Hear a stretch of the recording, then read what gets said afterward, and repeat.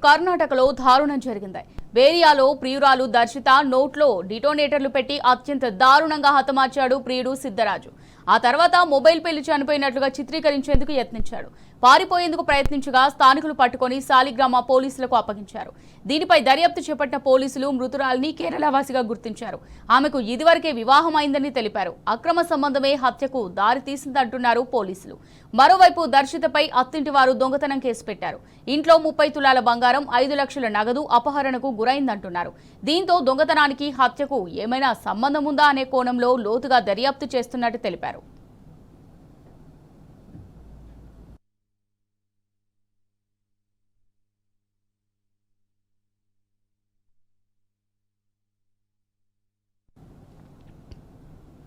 Right, కర్ణాటకలో దారుణం జరిగింది.